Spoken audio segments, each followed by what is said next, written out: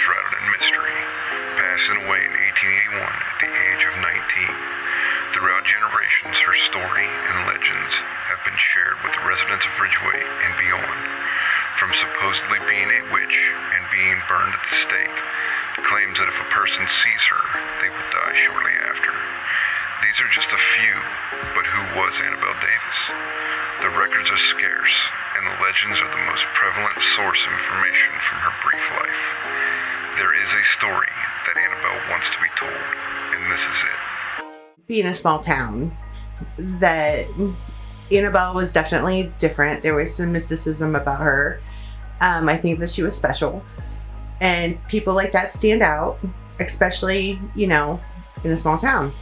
The social standards at that time were like women had to cook, clean, serve men, and everything like that. So maybe she refused to do something like that, and someone didn't like that, and they accused her of being a witch to get her gone. Power or psychic energy about her.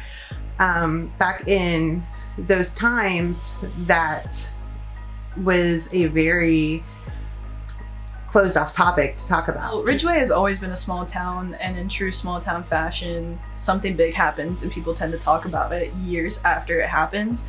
So I definitely believe people who lived during that time, during the execution, told their families, and it just eventually trickled down off to generations. In the late 19th century, people were rooted in their values and their beliefs, and if someone was different, they didn't really like that. They made up stories. Oh, there's definitely an energy out there. Even if you're just driving by there in a car in the daytime, you can feel just something sad, something watching you.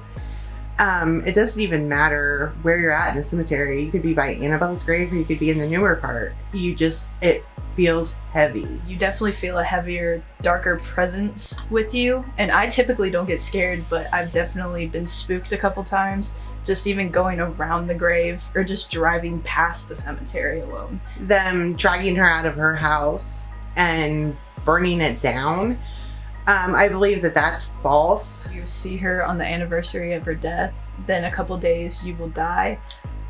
Because there was someone who claimed that he saw her on the anniversary of her death, and he was tragically hit by a car on the side of the road riding a bike.